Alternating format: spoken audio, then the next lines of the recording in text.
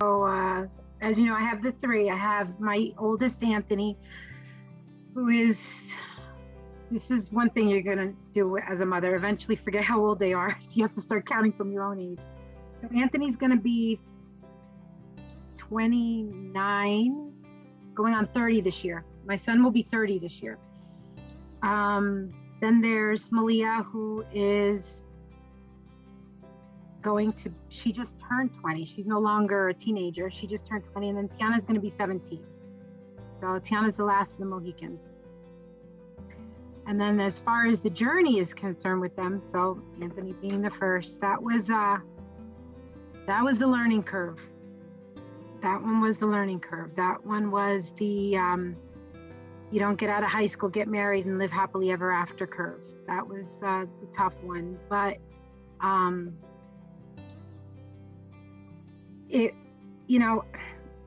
when I talk about the journey, I want people to understand that anywhere worth going is usually, full of hills and valleys and narrow, pathways and stuff like that. And then when you get there, there's this amazing view, right? So I like to think of it in those terms, that even though, the climbs were tough and the paths were,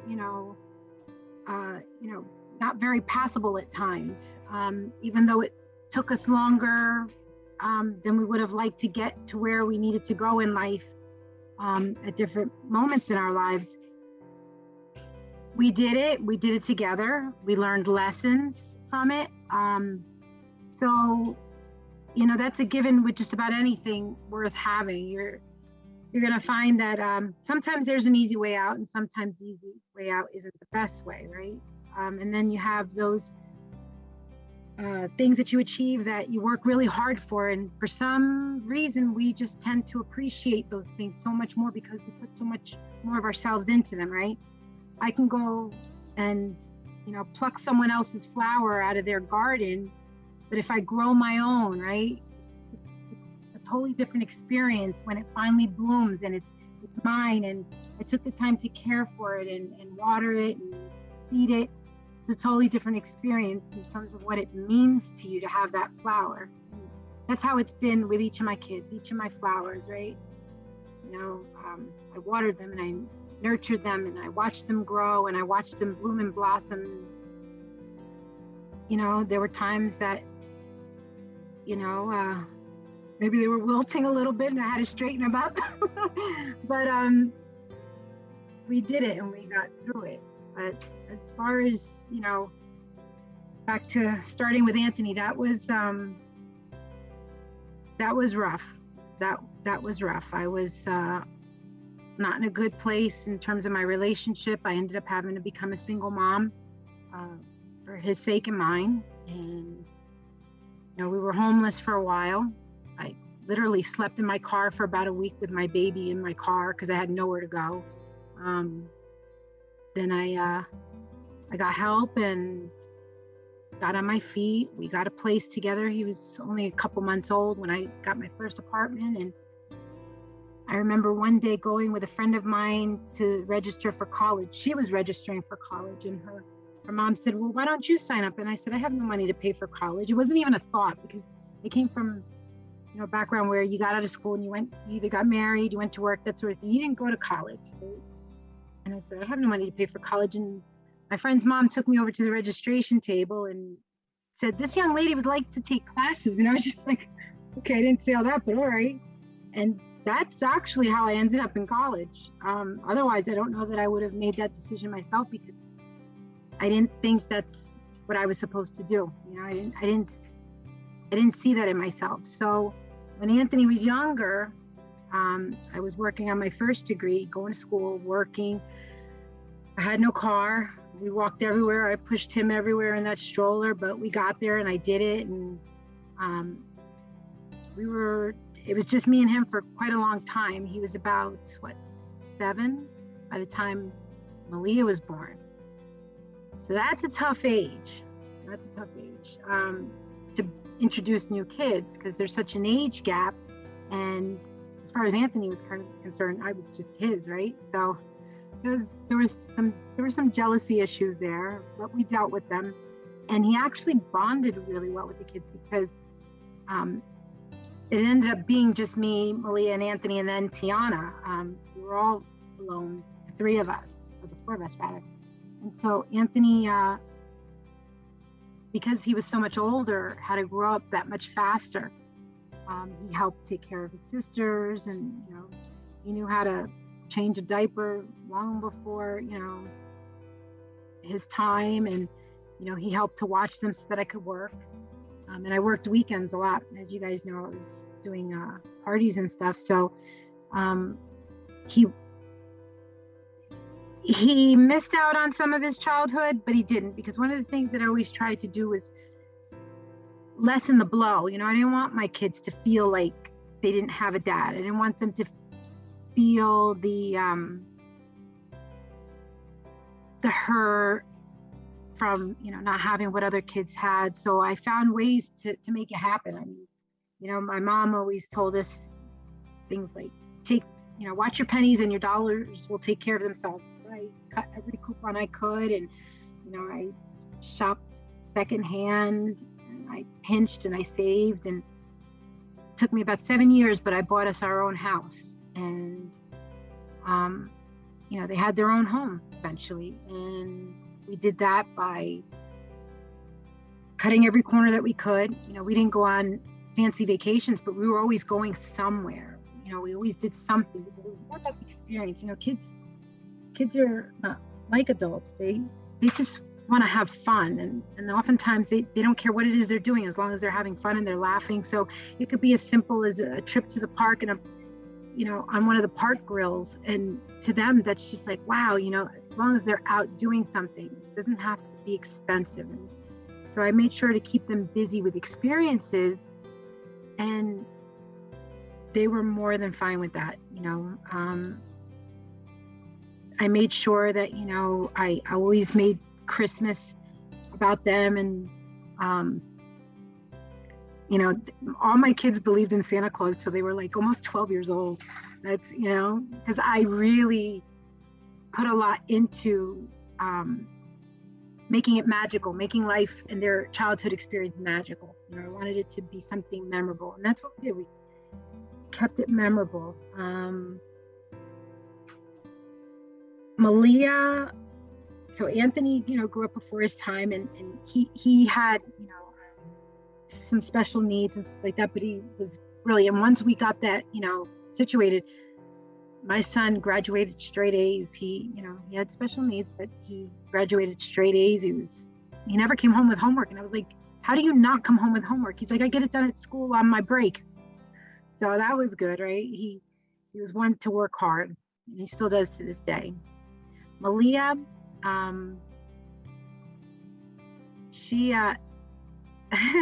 Malia's my character. She's got so much character. It's amazing.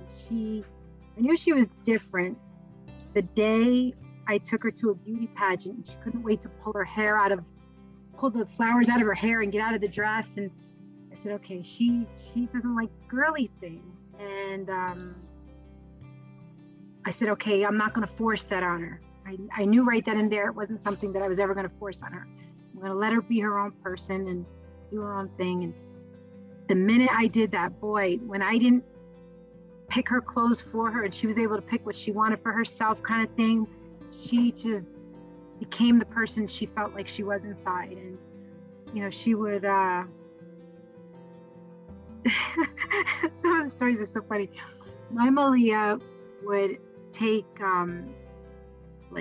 extension cords and wrap them around her and stick tools inside them and go outside in the backyard and build forts and all kinds of crazy stuff and be this little female Rambo, if you will. And she wanted to be an army guy, and when I saw that side of her at first, I was like, okay, do I need to be concerned?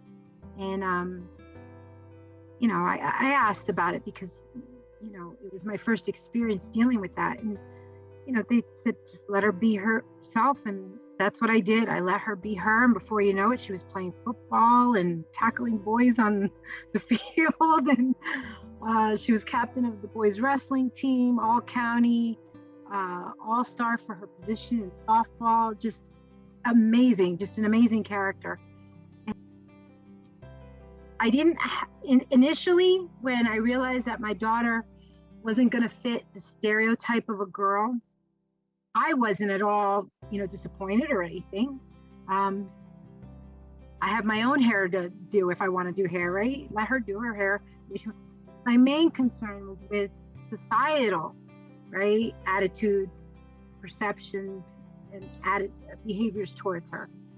So I was always on guard to make sure that no one overstepped their boundaries with her and disrespected her in any way, shape, or form. And if they did, I was quick to make sure that it got resolved, because I refused to let anyone make her feel bad for who she was, ever. More often than not, people, respected. There were a couple of occasions where I had to step in and say, yeah, we're not doing that at all, right? But she's always been able to pretty much feel comfortable with being who she was, because I accepted it and allowed it. And I'm glad, it was an experience, something different, right? So it was nice when, like, she won the award for wrestling over at Eastover, when she was going there. Principal awarded it to her. It was a very special award that she got. And when people said, your daughter he played football 7 years she played football, but she's doing okay, she's doing all right. Tiana's, let me go back to Malia real quick, because I knew Malia was going to be different the day I brought her home. And the reason why is because she had a voracious appetite. She woke up every hour and a half for like the first 3 months. And I kid you not, I was delirious. I was delirious. I did not sleep. I had to call people to watch them just so I could sleep. Not so I could go out, just so I could sleep. My cousin used to come and sit with Malia and watch her just so I could get a couple hours of sleep. And I knew she was just going to be different, because, I was hoping with Anthony, he slept 7 hours. Like the first week I brought him home, one night he slept 7 hours and I just slept through it. I know you're not supposed to sleep that long and let them sleep that long, but I didn't. I woke up, I was like, oh my gosh, I overslept. And he was fine. First week, 7 hours, no problem. Malia, on the other hand, every hour and a half she had to eat. And I knew then she was just going to be different, and I had to accept it. It was just going to be different. Tiana, I also knew was going to be different, because Tiana crawled backwards instead of forwards. And I just knew, like, there were things my kids did when they were little that just told me he or she is going to be different. And with Tiana, it was crawling backwards. She didn't learn to crawl forwards. Everywhere she went backwards. And I thought that was interesting that she chose to go backwards. And I never got a good explanation why they do that. But when she was younger, she was the character. She loved the attention and the spotlight and all of that. And she's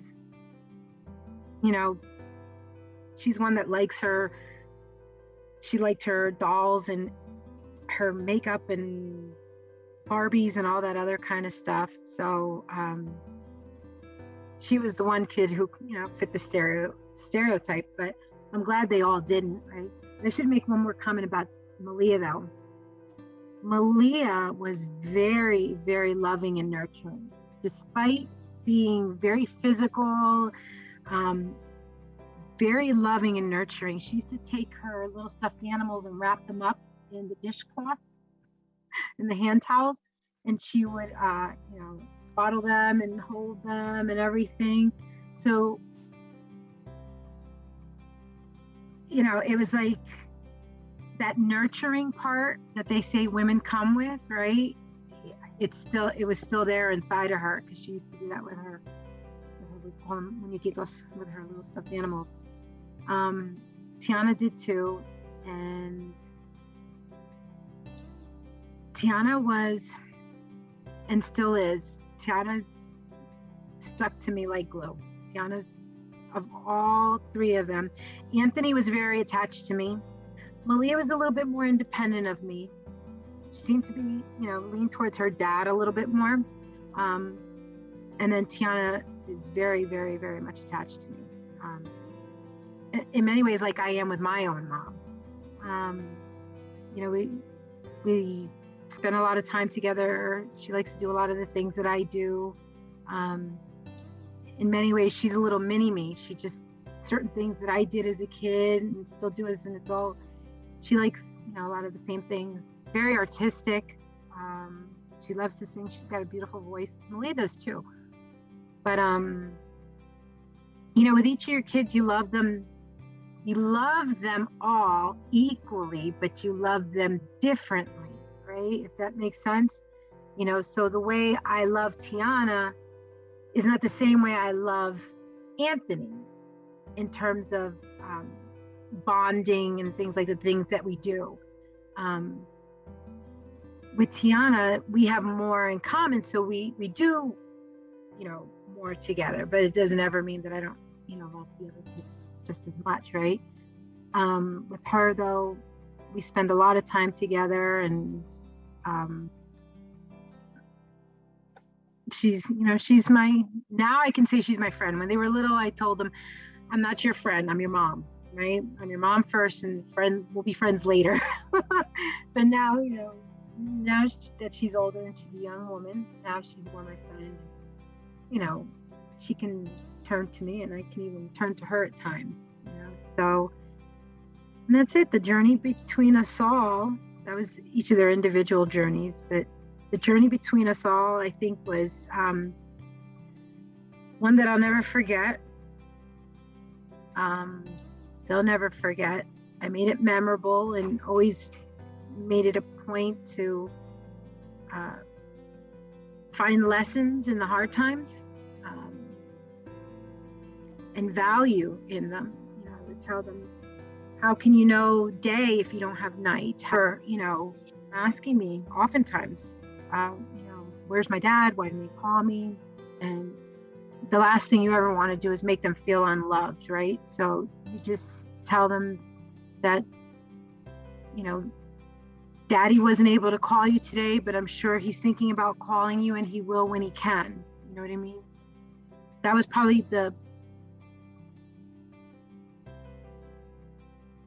I don't want to call it a lie, because I can't speak for them. I don't know what exactly, but I know in the moment, that's what I needed to tell them. Because children, when they feel unloved, they take that with them for the rest of their lives. So I wasn't gonna, I kind of knew why they weren't, reaching out to their kids, but I figured it's not for me to say. One day when they get together, they can ask that question themselves and get the answer straight from the horse's mouth. And I'm not going to make assumptions. So I never tried to do any of that. I just, let it be. And as they got older, they pretty much figured it out for themselves. You know what I mean?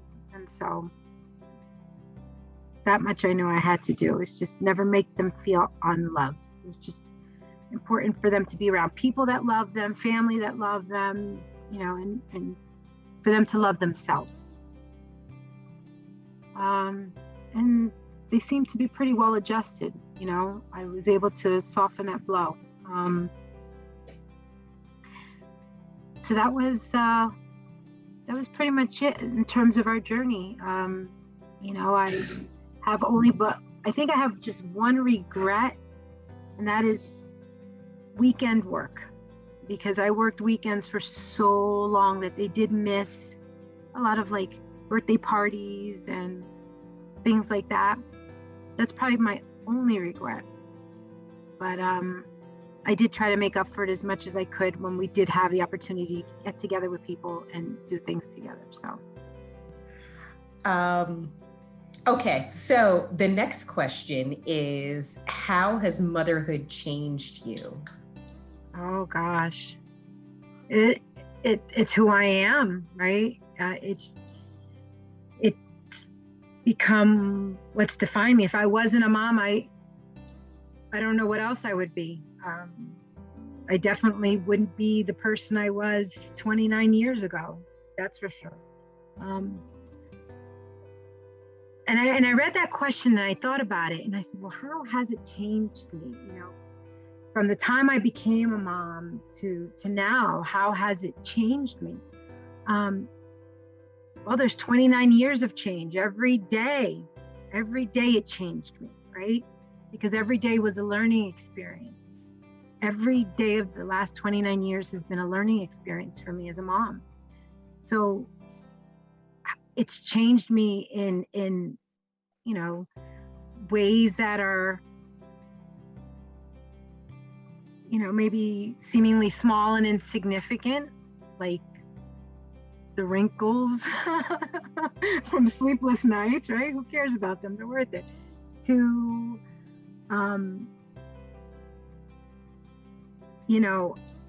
as a young person, I was probably a lot more outgoing and lively, and I think it's calmed me in a way to become a mom.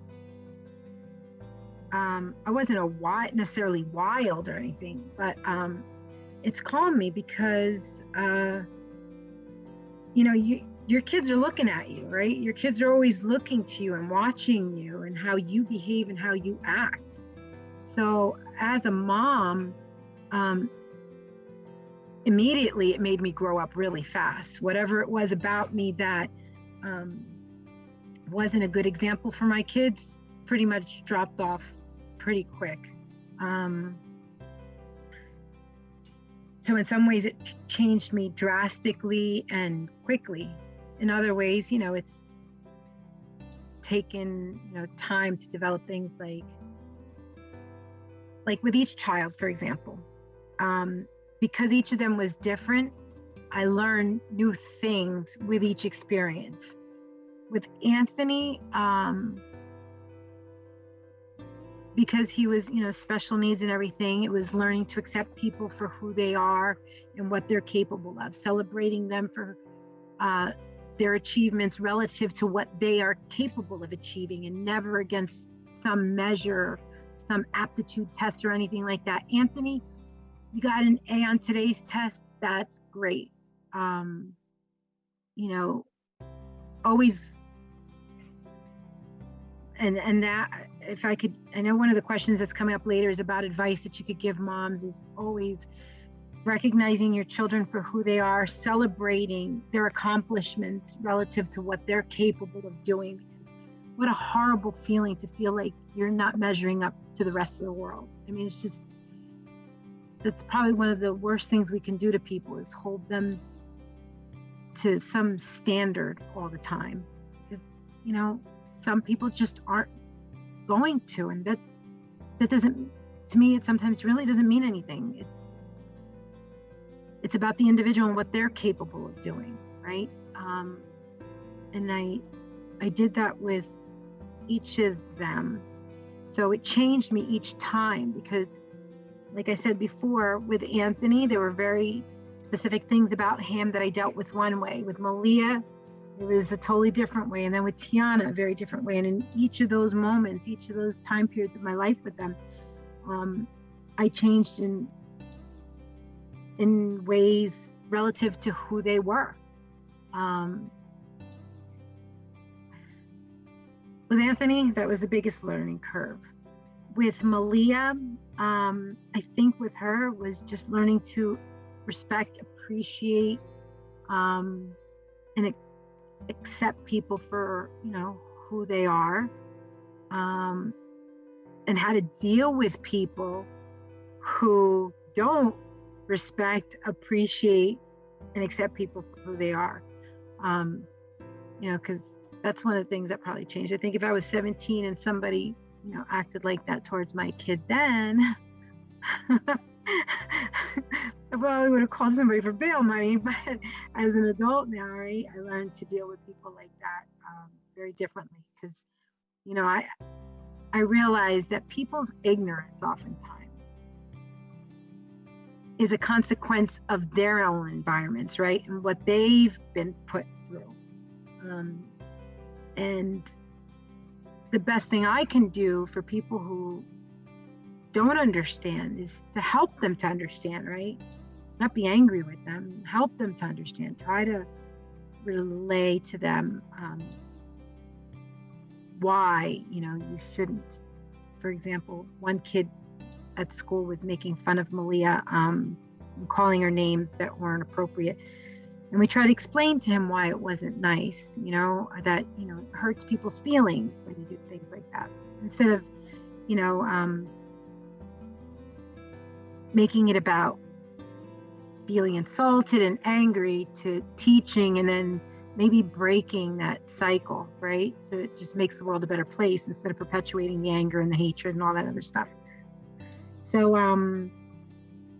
with her, her experience taught me a lot. My experience with her taught me a lot about those sorts of things. And with Tiana,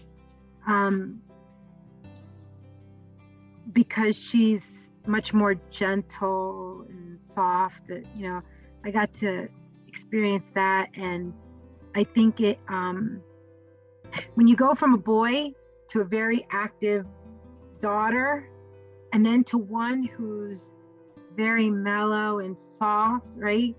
All those years of being the more active person brought me back down to a different level, right? With Tiana, where I could just calm down myself, I guess you could say, and just relax a little bit more and not always be on the run so much. So with her, I think it brought me to a different place in my life where I was a little bit more relaxed and laid back.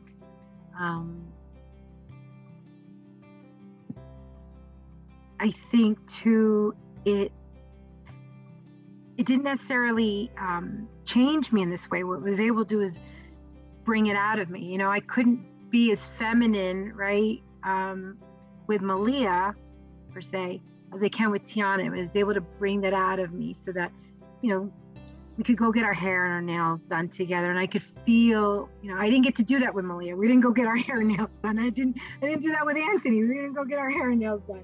I was able to do that with Malia, and it was able, with Tiana rather, and it was able to restore that part of me that I wasn't able to, enjoy with the other two because it just wasn't their thing, right? Which is another thing I think is important that moms know, is that we can't lose ourselves in raising our kids. And I think sometimes I probably sacrifice things that I probably shouldn't have, because my own happiness, as long as it's not selfish and it benefits everyone, right? My own happiness is important too, right? Every mom's happiness is important. So they should always make it a point to do what makes them happy, as long as it's good for everyone else around them. There's a very fine line between being selfish and doing something that's just for you versus doing something that's for you, but it makes everyone's life, better, right? I always say you can't pour from an empty cup, right? You can't pour from an empty cup. So you have to fill yours up so that you can fill up those people that you love. Exactly. So that's one of the things that I realized, later than sooner, was that I could have probably done more for myself and it would have been okay. And I didn't, I think, a lot of times, because I didn't want to feel, I would feel guilty doing it. You know what I mean? I would feel guilty. So it changed me in that regard, how important it is to continue taking care of myself, and that it's okay to say no, right? That it's okay to say no if it's not good for you or good for everybody around you. And how else has it changed me?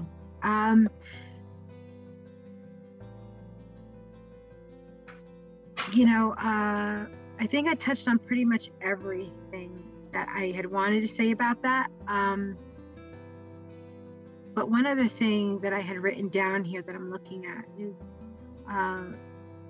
my grandmother was very influential in my life. She was, the matriarch of the family who always did what she could to keep the family together and, together on the holidays and things like that.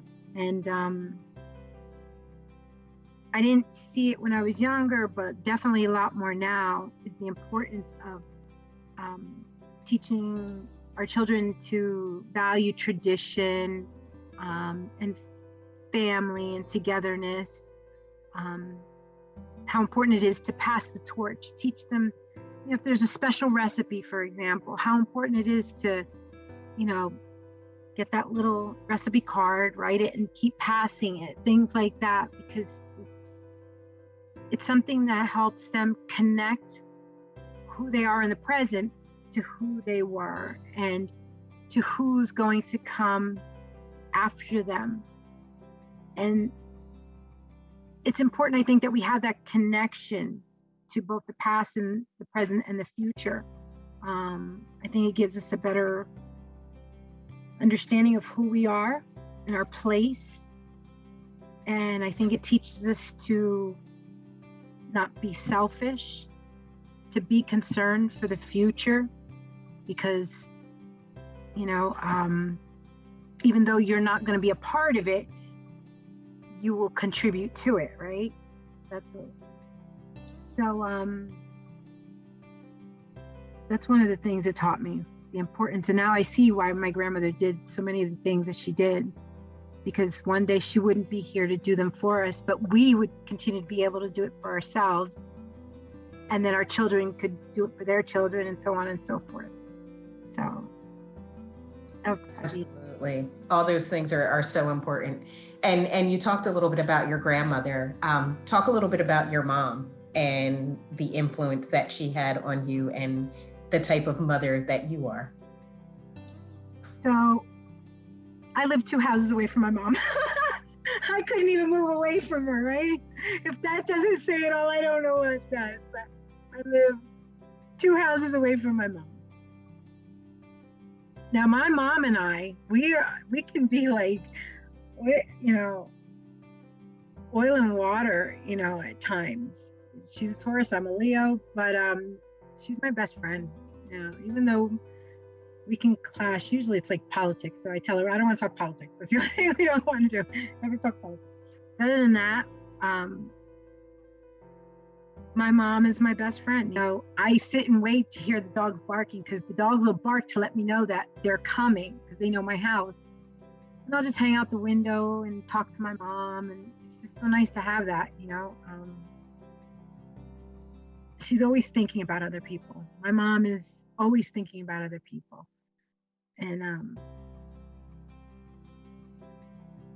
I don't even have to ask her. She just will show up, like, for example, she'll see maybe that one of my statues broke or something. And she'll notice these little things. She'll see maybe one of my statues broke. The next thing you know, she's got a new yard decoration for me or something, right? She's that kind of person. She's always watching and noticing. And, that's just who she is. She's always watching and noticing, and goes beyond watching and noticing to doing something, right? She's very proactive about doing something when she sees something. So, like, if she knows that I'm distant, or maybe she notices that maybe I'm stressed, she'll call me. She'll know to call me and say, "Hey, what are you doing? You want to go for a walk or something?" Very in tune. My mom is very in tune with her kids. She knows them. She knows them very well. She was another one that my mom worked very hard. My mom and my dad separated. I was older when they separated, but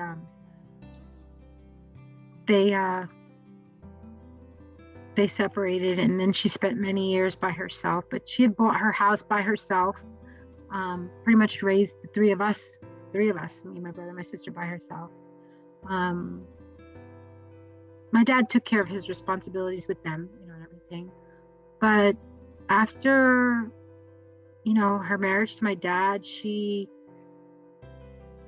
made it all about the grandkids, always. Oh my gosh, that was the other thing. My kids love their grandma. Every weekend, my mom would come with like toys and clothes or something for them. She was always thinking about them when they were little. And I'm so grateful for that, because as a single mom, and she didn't go out there spending a whole lot of money. My mother, she would find like brand new things at yard sales or something like that. She always did the best she could with what she had. Always. She was always cooking, so the kids could always go over there and eat if they wanted to. Easter dinner, Christmas dinner, you name it, every holiday. It was all about family. Always. Still to this day. Even if the kids can't all make it there, she'll still make the big dinner and everything. Whoever shows, right? So, my mom's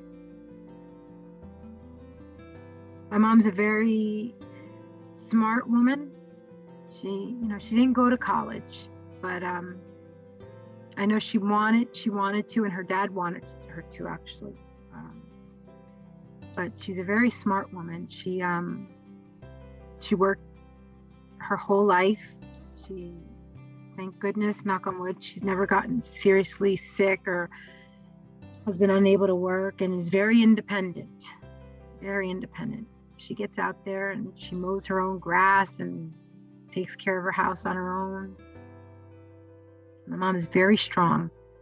My mom and my biological father were never married, and my mother had no problem walking away from, a bad relationship and just being a single mom and taking care of me, by herself. But actually, my stepdad, who knew me before I knew me, had said to my mom, like, somewhere, the story goes something like, so you and, Gilly aren't together anymore. And my mom said no. And my dad said something to the effect of, well, then I guess the baby's going to need a dad. So he was he declared himself, my stepfather declared himself my dad before I was even born, right? That's kind of cool. So, that's awesome. Yeah. So my mom, that relationship, over the years ended, but she's always been strong, smart, funny. My mom's got a good sense of humor. Giving, caring, compassionate. We just don't talk politics. You talked a bit, and this is not one of the questions on the list, but I feel like we should talk about it. Obviously, you are one in a line of very strong women, right? And very smart women. So tell everybody what you have been up to over the past couple of years with your education while being a single mom and doing everything else that you do as a fabulous woman. Yeah, I got the bright idea to go back to school.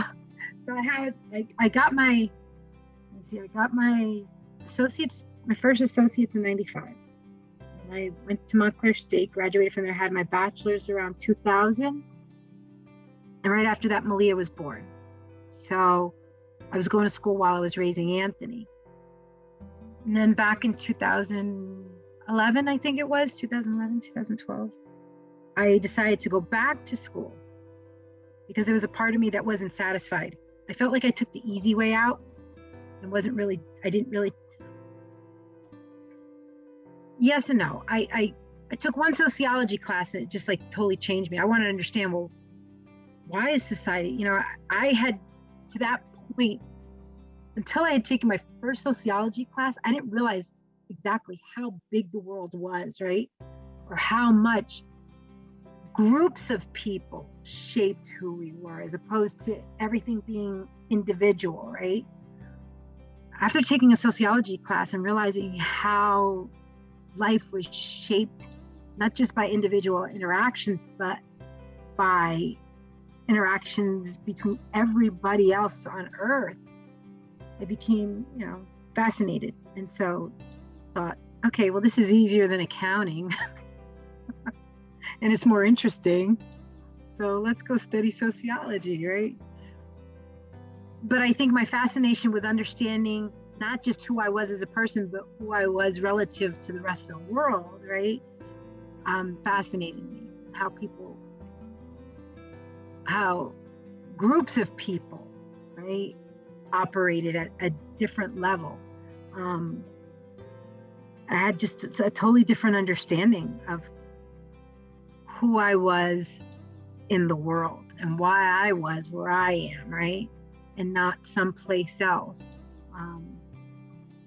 So I like to say sometimes that like sociology was able to teach me about who I am in the world, and biology teaches me about who I am as an individual, right? My own biology.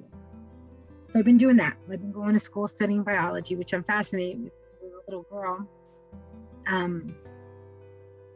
Somebody said to me one day when I said I wanted to do something different with my life, and I was thinking about going back to school, and they said, well, what do you want to study? I said, I'm not sure exactly.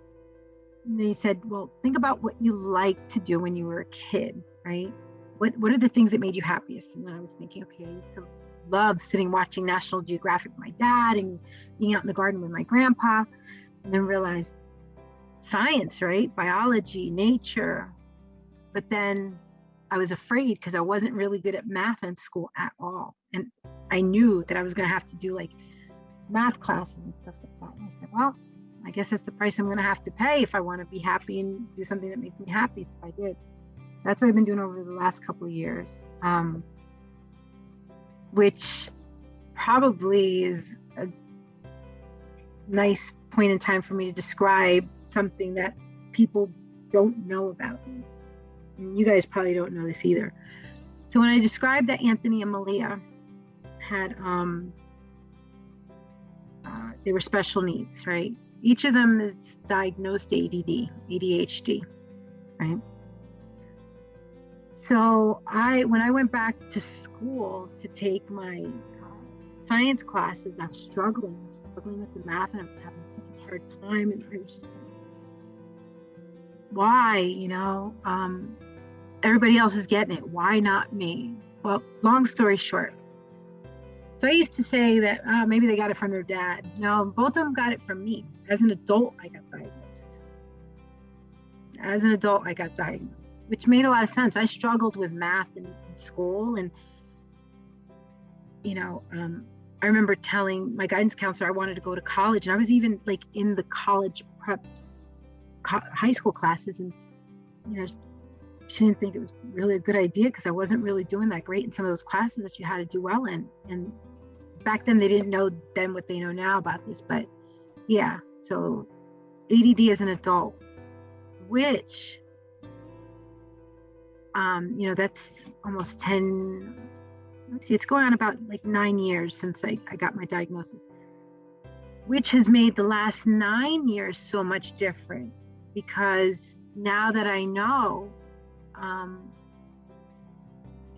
I've been able to just be a different person in my everyday life. Things aren't so crazy and hectic. Growing up as a mom, undiagnosed and untreated, right? It was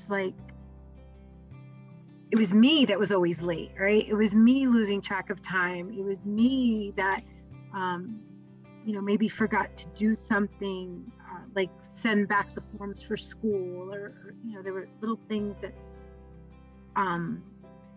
now as a mom who knew, had help so that I could stop certain things that were affecting my family that I didn't even realize, you know what I mean? I can't tell you how many times, like, for example, the kids would go looking for their shoes, and I would say, well, they're over there, not realizing that I had put them someplace else and not remembering little things like that, right? So it's actually helped me over the last 9 years to know, be aware, be treated, and put an end to some of those behaviors that were, pretty common that affected everybody. They affected everybody. Sorry for the dog and the cat. So that's what I've been doing. Been going to school, taking care of, well, now it's just Tiana here, right? It's just me and Tiana. I've been at Rutgers now since 2000, I think it was, when did I go to Rutgers? My gosh, it's been so long. I think I've been there 4 years now. I was at County for, actually 5 years because of COVID. A couple things set me back. My dad passed away. So I was supposed to graduate like 2 years ago. So for almost 6 years, I think, to finish over at Rutgers. And then 2 years over at County. So almost 8 years to get this degree. Anything else that we didn't ask you that you want to throw in?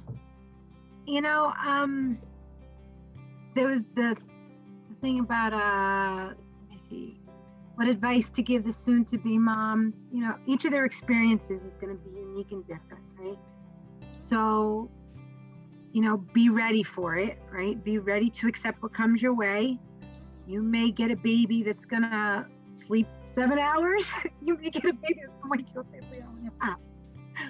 Either way, be ready for it, right? And have a plan just in case, right? You're never going to be able to plan for everything. But when it comes to something like that as a new mom, plan for that.